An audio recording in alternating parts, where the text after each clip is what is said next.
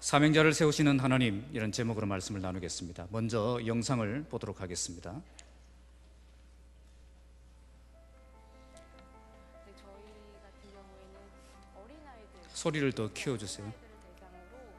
아무 목적도 없이 살아가는 아이들이 너무 많았어요.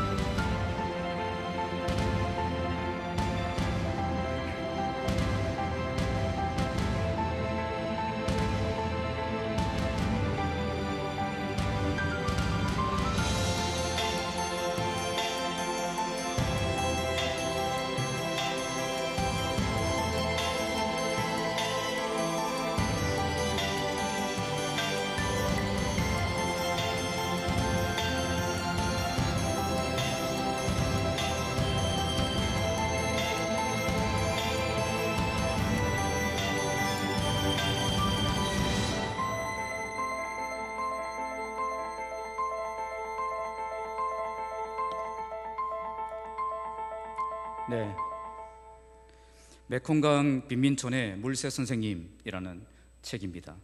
캄보디아에서 가장 가난하고 가장 어려운 그 이웃들이 모여 사는 이 따뜰락 빈민촌에서 사역하는 김연희 선교사님 이야기입니다.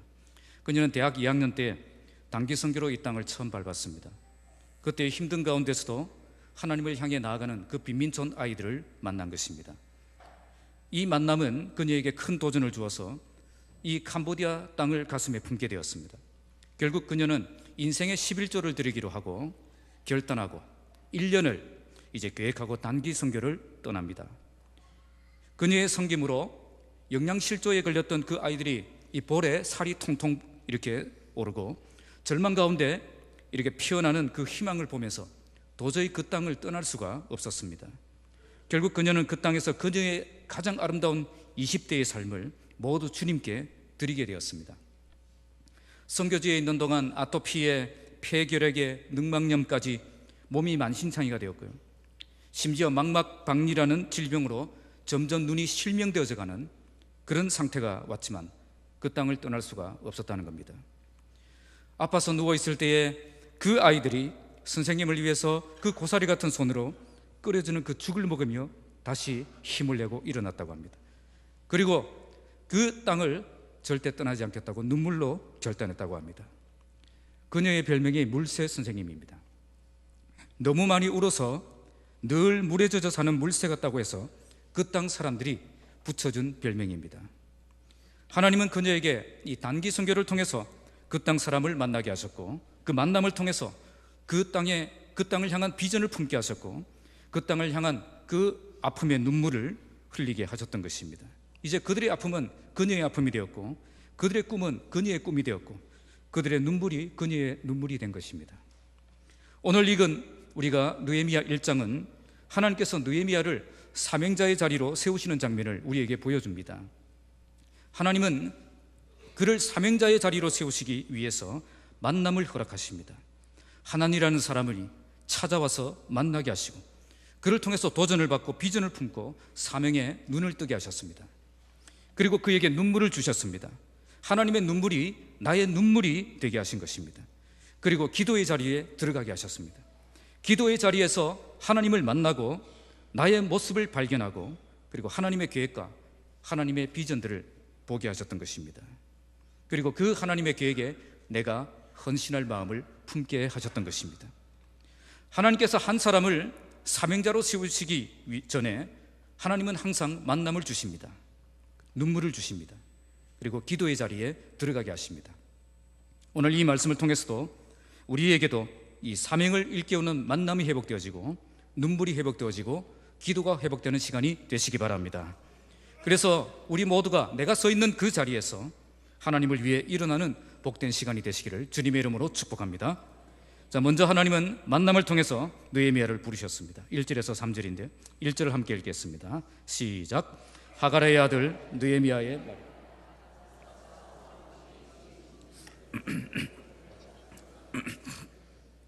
본문의 하가랴의 아들 느헤미야의 말이라, 마치 선지서처럼 느헤미야 그 선지자들의 그 예언을 기록한 것처럼 느껴지죠. 그런데 원문은 그런 뜻이 아닙니다. 원문은 단순히 느헤미야의 수기나 느헤미야의 자서전이다, 그렇게 해석할 수 있는 단어를 쓰고 있습니다. 그러니까 느헤미야가 이 자기가 경험한 그 일을 간증으로 기록한 것이 오늘 우리가 읽는 성경책이 되었다는 겁니다. 사실 느헤미야는 제사장 가문도 아니고 왕족도 아니고 선지자도 아니었습니다. 그는 평신도 직장인이었고 정치인이었습니다. 그는 하나님께 계시를 받은 적도 없었고 선지자로 부르심을 받은 적도 없습니다. 그는 단지 자기가 경험했던 그 하나님의 그 놀라운 역사를 책으로 기록했을 뿐입니다. 그러니까 느헤미야는 성경을 기록할 만한 그런 인물이 아니었다는 거죠. 그런데 그가 쓴 글이 지금 오늘 우리가 읽는 성경책이 되었습니다. 성경이 되었다는 것은 무슨 의미를 가집니까?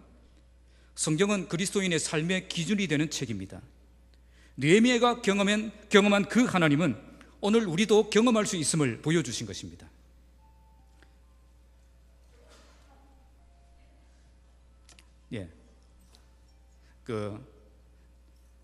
죽여버리시기 바랍니다.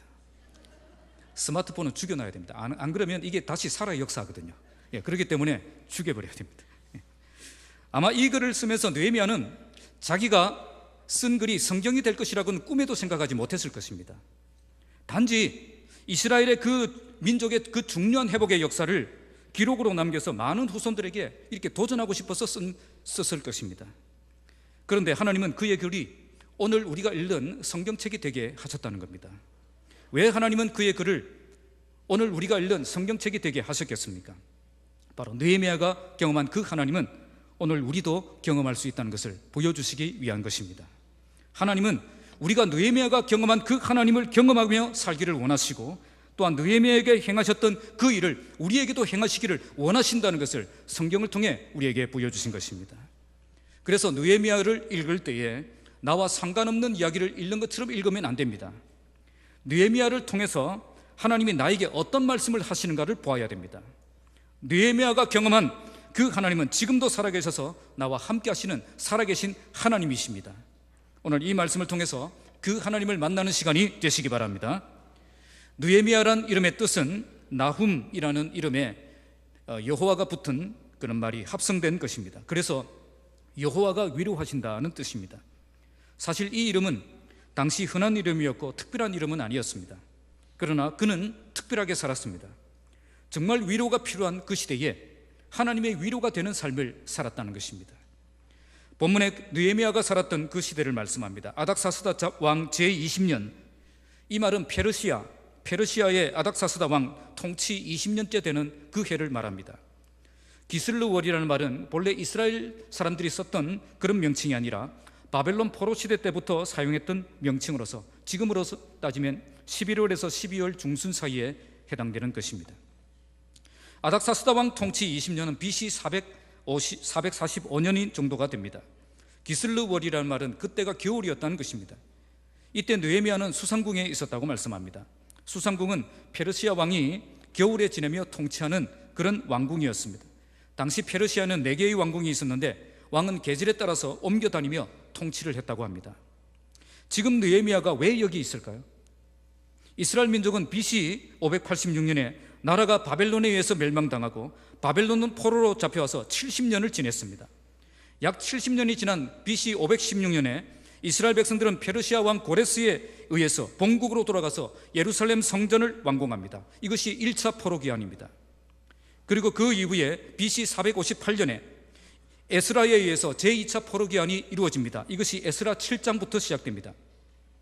그 사이에 1차 포로 기한했던 이스라엘 백성들은 영적으로 변질되어 있었습니다. 그 원인은 이방인의 딸과 불신 결혼을 한 것에서 연유가 되었습니다. 에스라는 하나님의 말씀을 중심으로 이스라엘 백성들의 온전한 회복을 위해서 일하게 되어집니다.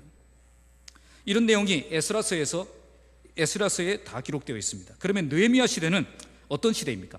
1차 포로기한, 2차 포로기한 한 백성들은 성전은 완공했는데 예루살렘 성벽을 짓지는 못했습니다.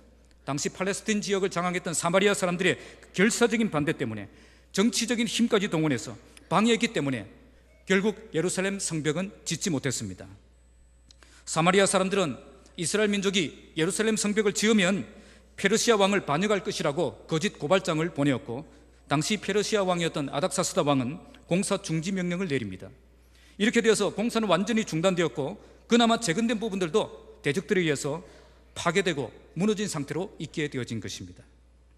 이때 3차 포로기한을 주도하고 예루살렘으로 돌아가서 예루살렘 성벽을 재건하는 일을 감당했던 그 사람이 바로 느헤미야입니다. 그는 가장 먼저 예루살렘 성벽을 재건하고, 그리고 어려운 경제 문제를 해결하고, 그리고 나태해진 신앙을 회복하는 일을 감당하게 되어집니다. 그래서 이스라엘 민족이 드디어 정치적인 회복, 경제적인 회복, 신앙적인 회복을 온전히 경험하게 되는 것입니다. 이런 회복의 역사가 어디에서 시작되었습니까? 예루살렘 성이 있는 이스라엘 땅에서 시작된 것이 아니라 머나먼 페르시아 땅 수산궁에서 직장 생활을 하고 있던 느헤미야를 통해서 시작되었다는 겁니다. 하나님의 역사는 이처럼 아무도 모르는 곳에서 시작되고 있었던 것입니다. 어떻게 시작되었습니까? 만남을 통해서 시작되었다는 것입니다. 자, 어떤 만남이죠? 2절 읽겠습니다. 시작. 내 형제들 가운데 하나인 하나니가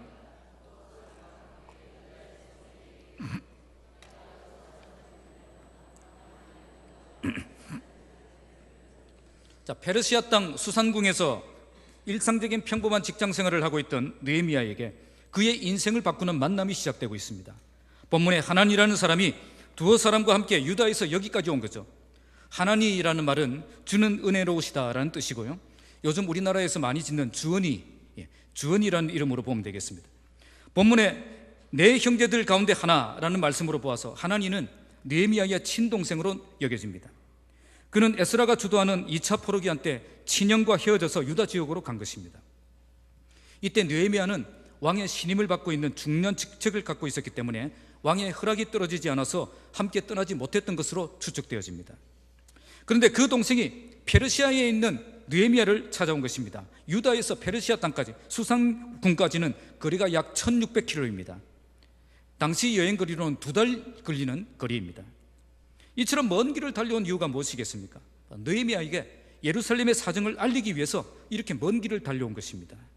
이때 느헤미야는 그에게 사로잡힘을 면하고 남아있는 유다와 예루살렘 사람들의 형편을 물었다고 말씀합니다. 느헤미야가 왜 이런 질문을 했겠습니까? 그것은 그가 비록 2차 포로기한 때 함께 동참하지는 못했지만 그의 관심은 여전히 유다 사람과 예루살렘의 형편에 있었다는 것을 보여주는 것입니다. 아마 그는 왕의 관리였기 때문에 사마리아 사람들이 아닥사스다 왕에게 보낸 그 고발장의 내용을 알고 있었을 것입니다. 그리고 왕의 명령으로 성벽 재건이 중단된 사실도 알고 있었을 것입니다. 그래서 지금 그는 유다 형편이 정말 어떤 형편인지 알고 싶은 그 마음에 이런 질문을 했던 것입니다. 자, 3절 함께 읽겠습니다. 시작. 그들이 내게 이르되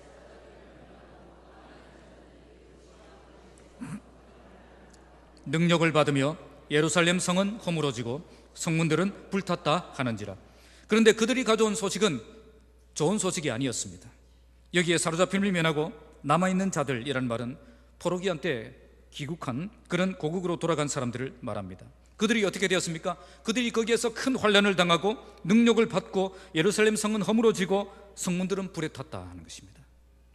이스라엘 민족은 바벨론 포로로부터 귀환하여 1차 포로 귀환 때에 성전을 재건했습니다.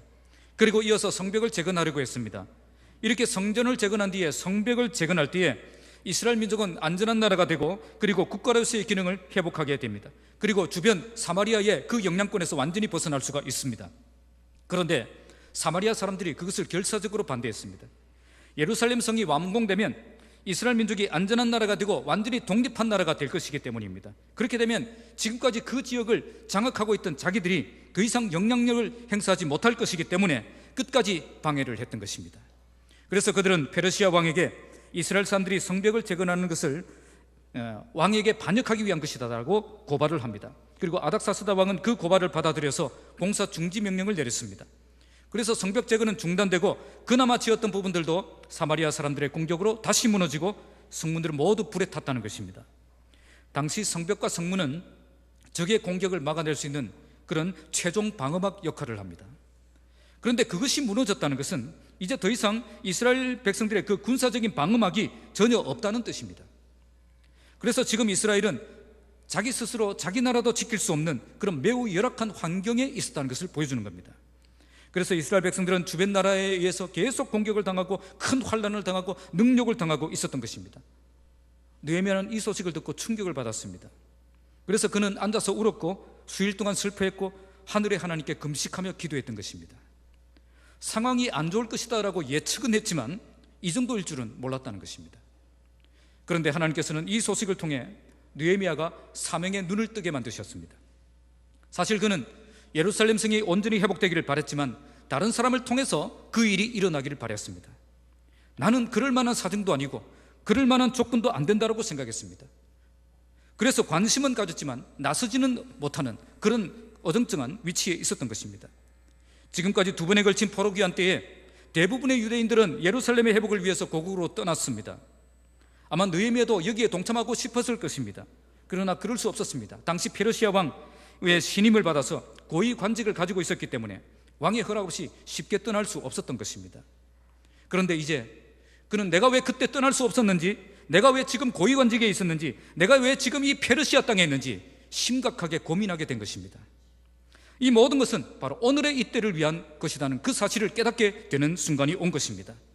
바로 오늘 이 사명을 감당하라고 나를 지금 이 자리에 있게 하셨다는 것을 깨닫게 된 것입니다. 사실 그때는 하나님이 너무 원망스러웠고 받아들이기 힘들었을 것입니다. 자기도 모든 거 내려놓고 예루살렘으로 가서 하나님 나라 재건하는 그 일에 동참하고 싶었을 것입니다. 그러나 그때는 이해할 수 없었고 그때는 받아들이기 힘들었지만 오늘의 이 사건을 위해서 꼭 필요한 사건이었음을 깨닫게 되는 것입니다. 오늘 느헤미야가 왜 페르시아 수상궁에 있었습니까? 바로 다른 곳에서는 할 수 없고 오직 거기서만 할 수 있는 그 일이 있기 때문입니다. 다른 사람은 할 수 없고 오직 그 사람만 할 수 있는 그 일이 있기 때문입니다. 그래서 하나님은 당신이 쓰실 그 사람을 가장 적당한 장소에 가장 적당한 시간에 있게 하신 것입니다. 이것을 발견하는 것이 바로 사명의 눈을 뜨는 것입니다. 대부분 사명이라고 하면 내가 하던 거 다 내려놓고 그냥 선교사가 되고 목사가 되는 것이 사명이라고 생각하는데 그게 아닙니다. 진정한 사명은 나를 보내신 그곳, 바로 그곳에서 내가 무슨 일을 해야 하는지 그것을 눈을 뜨고 바라보는 것, 깨닫는 것, 그것이 바로 사명의 눈을 뜨는 것입니다. 요셉이 왜 애굽에 있었습니까? 다니엘이 왜 바벨론에 있었습니까? 에스더가 왜 수상궁에 있었습니까? 하나님께서는 당신이 쓰실 사람을 가장 적당한 시간에 가장 적당한 장소에 있게 하신 것이기 때문입니다. 그들은 이것을 발견했고 그리고 그 일에 뛰어들었고 그리고 멋지게 쓰임받는 삶을 살았던 것입니다. 요셉은 이것을 발견하기까지 너무 힘든 세월을 보냈습니다. 형들에게 노예로 팔리고 억울하게 감옥에 갇히고 그때는 도무지 하나님의 이해가 되지 않았을 것입니다. 내 인생이 여기서 끝장나는 줄 알았을 것입니다. 이게 나의 운명이다. 여기까지가 나의 한계이다. 하나님이 살아계신다고 해도 여기서는 절대 빠져나갈 수 없다. 나는 절대 안 된다. 그런 생각이 들었을 것입니다. 그런데 하나님께서는 요셉에게 그 모든 과정이 꼭 필요했기 때문에 그런 경험을 하게 하셨다는 겁니다. 노예로 팔리지 않았다면 감옥에 들어갔겠습니까? 왕의 감옥에 들어가지 않았다면 그 사람들을 만났겠습니까? 자기가 꿈을 해석할 능력이 있다는 것을 보여줄 수 있었겠습니까? 모두가 바로 왕 앞에 서기 위한 과정일 뿐이라는 것이죠. 꼭 필요했던 과정이었다는 거죠. 나중에 요셉은 자기를 팔았던 형들에게 이렇게 고백합니다. 당신들은 나를 해하려 하였지만 하나님은 그것을 선으로 바꾸셔서 오늘과 같이 많은 백성의 생명을 구원하는 그 일을 하게 하셨습니다. 바로 이것이 사명의 눈을 뜨는 것입니다. 하나님이 왜 나를 지금 이 자리에 세우셨는지 그것을 깨닫는 것, 그것이 바로 사명의 눈을 뜨는 것입니다. 오늘 느헤미야가 그 시간을 갖고 있습니다. 내가 지금 왜 이 자리에 있는지 그것을 발견하고 있는 것입니다. 지금까지 남의 일처럼 여겨졌던 그 예루살렘 성벽 재건의 그 사명이 바로 나의 사명이라는 것, 그 사명을 깨닫게 된 것이죠. 나는 할 수 없다고 생각하고 접어두었던 바로 그 일이 바로 내가 해야 될 일이라는 사실을 깨닫게 된 것입니다. 무엇을 통해 하나님은 이것을 발견하게 하셨습니까? 바로 만남을 통해서 이렇게 하셨다는 것입니다. 오늘 이 만남이 없었다면 느헤미야는 여전히 변함없는 삶을 살았을 것입니다. 여전히 눈물 없고 여전히 기도 없고 여전히 관심을 가지지 않는 그 삶을 살았을 겁니다. 아무 문제 없이. 그런데 이 만남은 그에게 사명을 일깨우는 만남이 되었습니다. 하나님은 이 만남을 통해서 더 이상 가만히 있을 수 없는 사람이 되게 만드셨다는 거죠. 그래서 사명을 발견하고 견딜 수 없도록, 이제 결단할 수 있도록 이렇게 만드셨다는 거죠. 하나님은 사명을 주시기 전에 먼저 만남을 주십니다. 만남을 통해서 내가 도전을 받고 역량을 받고 훈련을 받게 하십니다.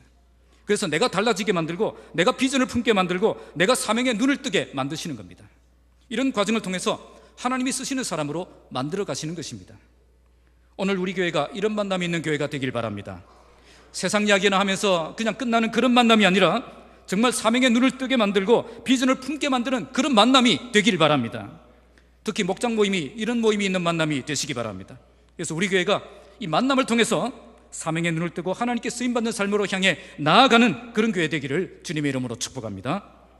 자, 두 번째는 눈물을 통해서 하나님은 사명자를 세우십니다. 4절 함께 읽겠습니다. 시작. 내가 이 말을 듣고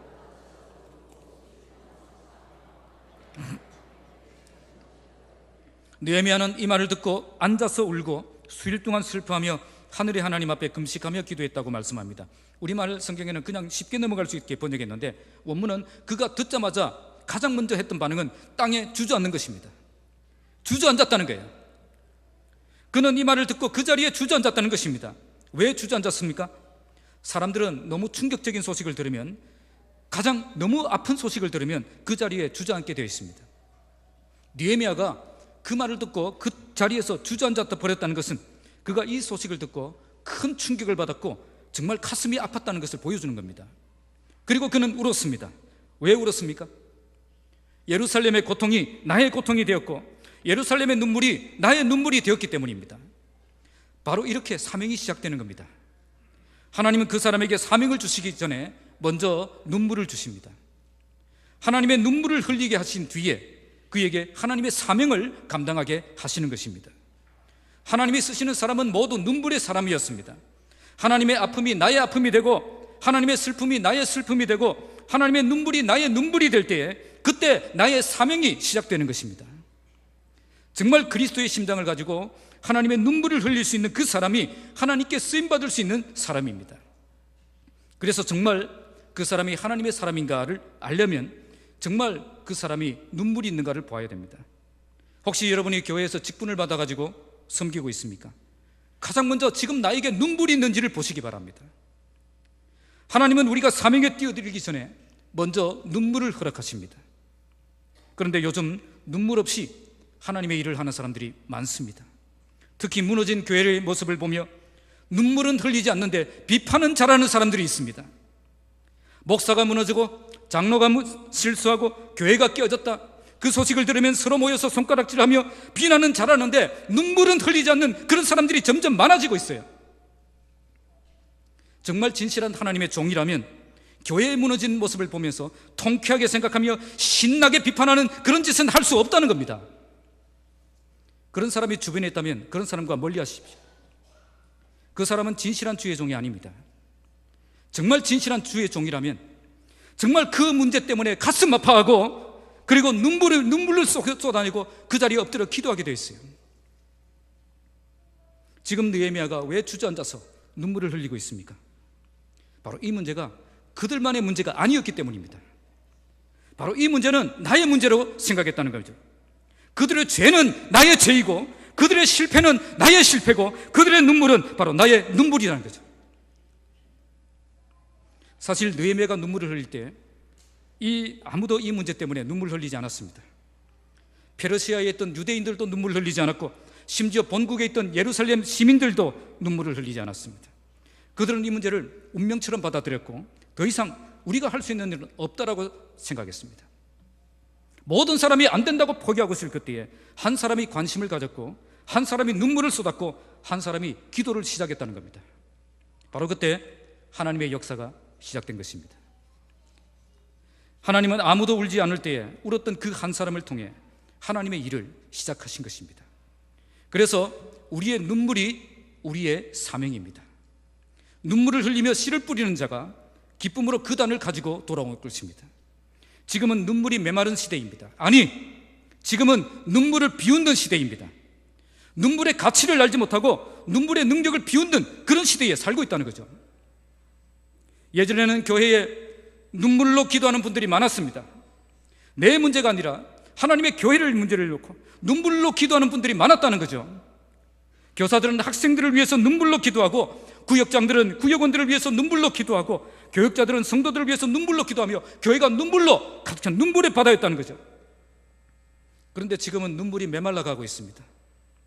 우리의 눈에 눈물이 사라지면서 우리의 삶의 능력도 함께 사라지고 있습니다. 오늘 우리에게 눈물이 회복되길 바랍니다.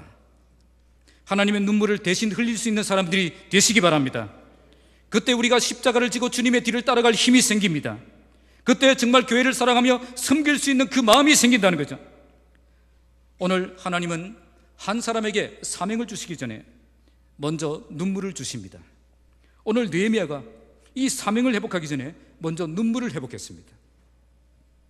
오늘 우리도 눈물을 회복할 때 우리는 우리의 사명도 회복될 것입니다. 눈물을 회복할 때 우리 교회도 회복될 것입니다. 우리가 흘린 눈물이 우리 교회를 다시 살아나게 만들 것입니다. 그 다음에 기도를 통해서 하나님은 일꾼을 세우십니다. 5절에서 11절 말씀, 5절을 함께 읽겠습니다. 이르되 하늘의 하나님,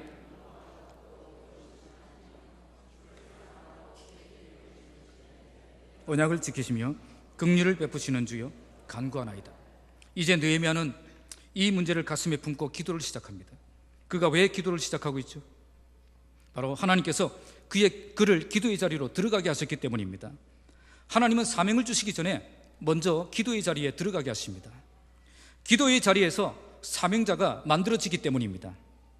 지금 느헤미야는 오직 기도만이 하나님의 방법이라고 생각했습니다. 그는 먼저 사람을 찾지 않았고 방법도 찾지 않았고 세상의 도움도 구하지 않았습니다. 오직 이 문제가 하나님만 해결하실 수 있는 문제라고 생각했고 기도의 자리로 나아갔던 것입니다. 그래서 일을 시작하기 전에 먼저 기도를 시작했던 것입니다. 하나님은 사명을 주시기 전에 먼저 기도의 자리에 들어가게 하십니다. 이번 50주년 기념행사를 준비하면서 이영채 목사님을 만나서 북부교회 개척에 대한 이야기를 들었습니다. 그분은 교회를 개척하기 이전에 먼저 무척성 기도원에 들어가셔서 하나님께 절박하게 기도하고 말씀을 통해 응답을 받은 뒤에 개척을 시작하셨다는 것입니다. 하나님께서 왜 사명을 주시기 전에 기도의 자리에 들어가게 하십니까?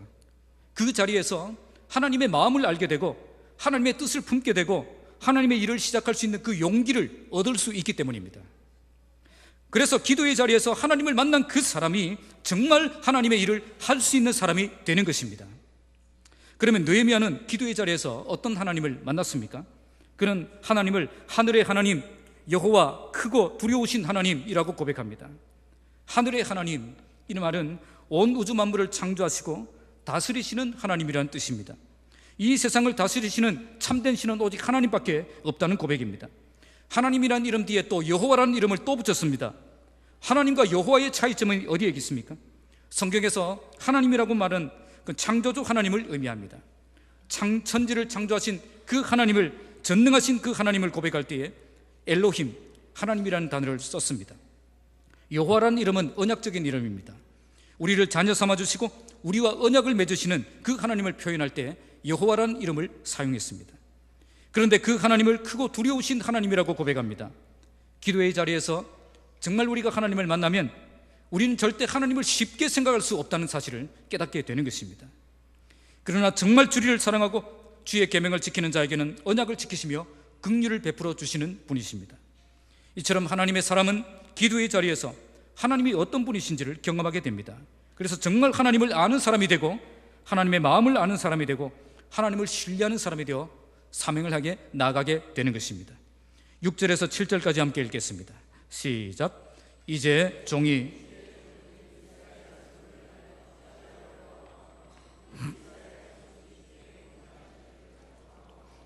주는 귀를 기울이시며 눈을 여시사 종의 기도를 들으시옵소서. 나와 내 아버지의 집이 범죄하여 주를 향하여 크게 악을 행하여 주께서 주의 종 모세에게 명령하신 계명과 율례와 규례를 지키지 아니하였나이다. 이제 그는 주의 종들이 이스라엘 자손을 위해서 주야로 기도한다고 고백합니다. 그의 기도는 한두 시간이나 하루 이틀 정도로 끝난 기도가 아니었습니다. 그는 수일 동안 밤낮으로 금식하며 간절하게 기도했습니다. 그래서 이런 기도를 하나님이 들으시고 놀라운 응답을 허락해 주셨던 것입니다. 그러면 그는 어떤 기도를 드렸습니까? 우리 이스라엘 자손이 주께 범죄한 죄들을 자복하오니, 그리고 나와 내 아버지의 집이 범죄하여, 그리고 7절에 보시면 주를 향하여 크게 악을 행하여 주의 종 모세에게 명령하신 계명과 율례와 규례를 지키지 아니하였나이다. 자, 이건 뭐죠? 하나님은 기도의 자리에서 먼저 나와 내 민족의 죄를 보게 하셨던 것입니다. 기도의 자리는 하나님이 어떤 분이신가를 발견하는 자리이며 동시에 내가 어떤 존재인가를 발견하는 자리입니다. 기도의 자리에서 나의 참된 모습을 보게 되고 하나님께 쓰임받기 위해서 하나님과의 관계가 회복되어야 한다는 사실을 깨닫게 되는 것입니다. 하나님과의 관계가 끼어진 상태에서 절대 하나님의 일을 감당할 수 없습니다. 하나님의 일을 하는 일꾼들은 반드시 하나님 앞에서 나의 죄 문제가 해결되어 있어야 됩니다. 사실 느헤미야는 하나님 앞에 큰 죄가 없었습니다. 지금 이스라엘 백성 공동체가 겪고 있는 이 고통은 나의 죄 때문이 아니라 사실은 다 남의 죄 때문들입니다. 그러나 느헤미야는 누구를 탓하지 않았습니다. 나와 상관없는 일이라고 하지도 않았습니다. 우리말 번역에는 생략이 되었는데 원문에는 우리라는 주어가 20번이나 반복되어 있습니다. 지금 느헤미야는 나의 죄를 회개한 것이 아니라, 그들의 죄를 회개한 것이 아니라 우리의 죄를 회개하고 있는 것입니다. 하나님이 사명을 주시기 전에 먼저 기도의 자리에 들어가게 하시는 이유가 바로 여기에 있습니다. 기도의 자리에서 우리의 참된 모습을 볼 수가 있기 때문입니다. 기도의 자리에서 공동체의 문제가 바로 나의 문제가 되고, 공동체의 죄가 나의 죄가 되고, 공동체의 실패가 바로 나의 실패가 되기 때문입니다. 그때 정말 공동체를 위해서 눈물을 쏟으며 헌신할 수 있는 참된 사역이 시작될 수 있는 것입니다. 정말 공동체의 문제를 가슴에 품고 눈물로 기도로 씨름해보지 않은 사람은 하나님의 일을 할 자격이 없습니다. 오늘 우리 교회 모든 일꾼들이 기도의 자리에서 공동체를 가슴에 품고 기도로 씨름하는 일꾼들이 다 되시길 바랍니다. 8절에서 9절을 함께 읽겠습니다. 시작. 옛적에 주께서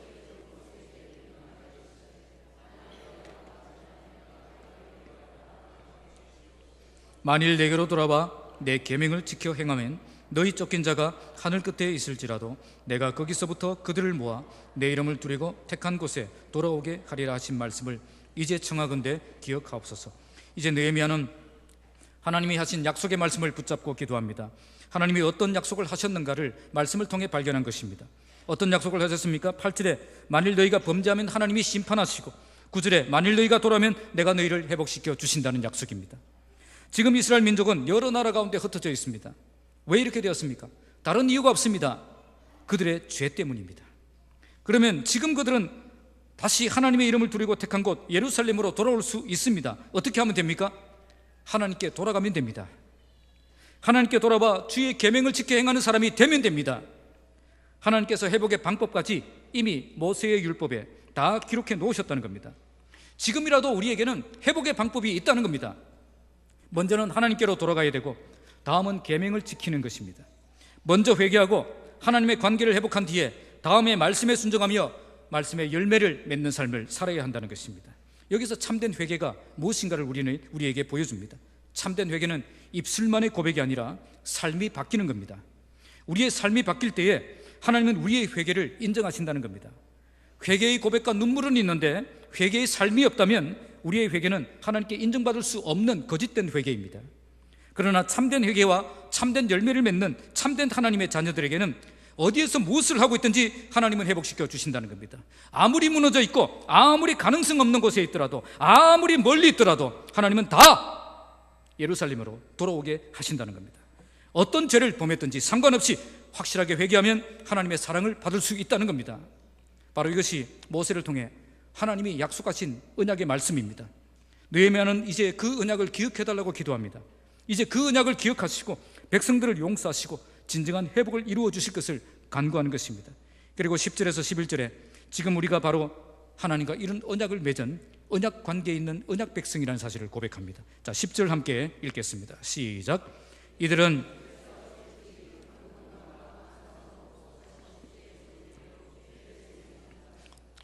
주께서 일찍이 큰 권능과 강한 손으로 구속하신 주의 종들이며 주의 백성들입니다.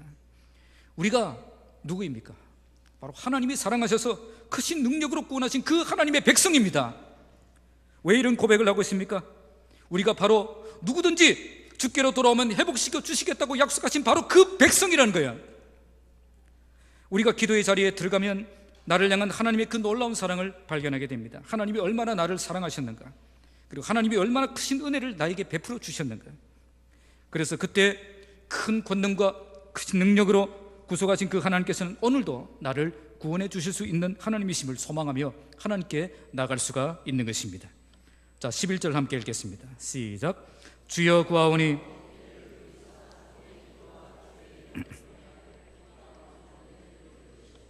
오늘 종이 형통하여 이 사람들 앞에서 은혜를 입게 하옵소서 하였나니 그때에 내가 왕의 술관원이 되었느니라.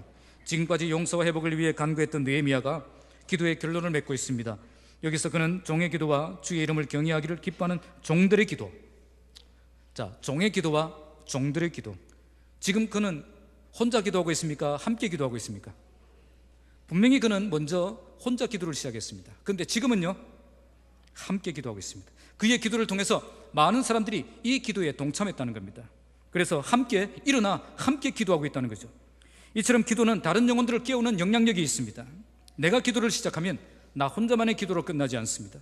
내가 기도의 불씨가 되면 많은 사람들을 깨워 하나님께 기도하는 역사가 일어나는 것입니다. 느헤미야는 처음에 혼자 눈물을 흘렸고 혼자 기도를 시작했지만 지금은 함께 기도하는 동력자가 생긴 것입니다. 이렇게 기도할 때 이제 그에게 구체적인 기도의 제목이 생겼습니다. 그것은 오늘 종이 형통하여 이 사람들 앞에서 은혜를 입게 하옵소서. 우리말은 복수형 이 사람들이라고 했는데 원문은 단수형입니다. 이 사람입니다. 누구일까요? 느헤미야가 모시고 있는 아닥사스다 왕입니다. 예전에는 단수로 번역했는데 이번에 번역하면서 복수로 번역했는데 왜 이렇게 되었는지 모르겠습니다. 지금 느헤미야는 내가 형통하기를 위해 기도하고 있고 왕의 마음을 움직일 수 있는 사람이 되게 해달라고 기도하고 있다는 거죠.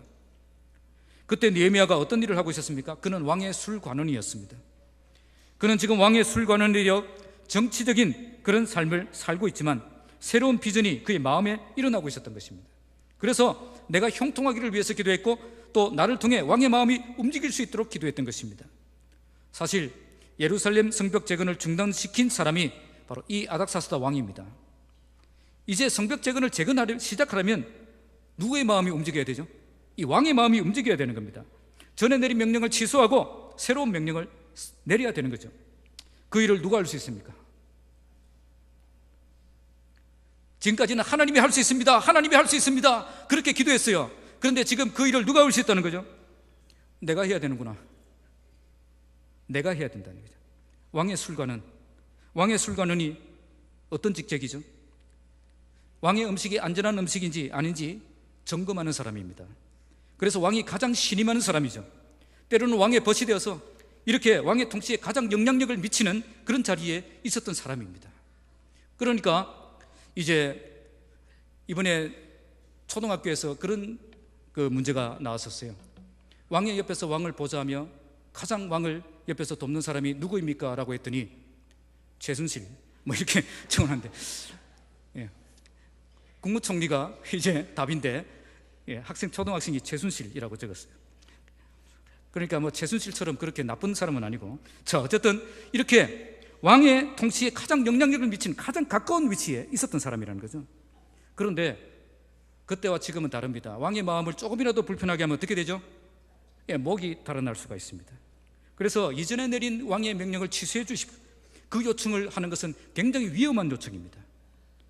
그래서 내가 형통해야 된다고 기도하고 있는 것입니다. 하나님이 도와주셔야 이 일을 할 수 있다는 고백이죠. 그래서 여기서 하나님이 사명을 주실 때 왜 기도의 자리에 들어가게 하시는지를 우리가 발견할 수 있습니다. 기도의 자리에서 진짜 나의 사명을 발견하고 결단할 수 있기 때문입니다. 처음에 느헤미야는 이게 내 일이라고 생각하지 않았습니다. 단지 하나님이 역사하셔서 우리 민족 회복시켜달라고 그냥 눈물로 기도했을 뿐입니다. 그런데 이제는 그의 마음에 새로운 비전이 일어나고 있습니다. 그것은 바로 왕의 마음을 움직이는 그 일에 내가 헌신해야 된다는 거죠. 죽으면 죽으리라, 그 마음을 가지고 왕의 앞에 서야 된다는 거죠. 이제야 내가 왜 이 자리에 있는지, 이제야 왜 그때 못 갔는지, 이제야 왜 지금 페르시아 땅에 남았는지, 이제 왜 나를 왕의 술관원으로 올려주셨는지 깨닫고 발견하는 시간이 된 것입니다. 그래서 오늘 종으로 형통하여 이 사람 앞에서 은혜를 입게 하옵소서 기도하고 있는 것입니다. 그는 다른 사람을 보내주십시오 그렇게 기도하지 않았습니다. 바로 나 자신을 주님의 도구로 드린 것입니다. 바로 기도하는 가운데 하나님의 계획을 깨닫고 자신을 하나님의 도구로 헌신하게 된 것입니다. 하나님이 사명을 주시기 전에 먼저 기도의 자리에 들어가게 하시는 이유가 여기에 있습니다. 기도의 자리에서 참된 하나님을 만나게 되고 참된 자신을 보게 됩니다. 기도의 자리에서 하나님의 말씀이 귀에 들리고 하나님의 약속을 붙잡게 되고 결국 사명을 발견하고 내가 헌신하며 나아갈 수 있기 때문입니다. 그래서 하나님은 먼저 사명을 주시기 전에 먼저 기도의 자리에 들어가게 하십니다. 그 사람이 진짜 하나님의 사명을 받은 사람인가? 뭘 보면 알 수 있겠습니까? 정말 그 사람이 기도하는 사람인가?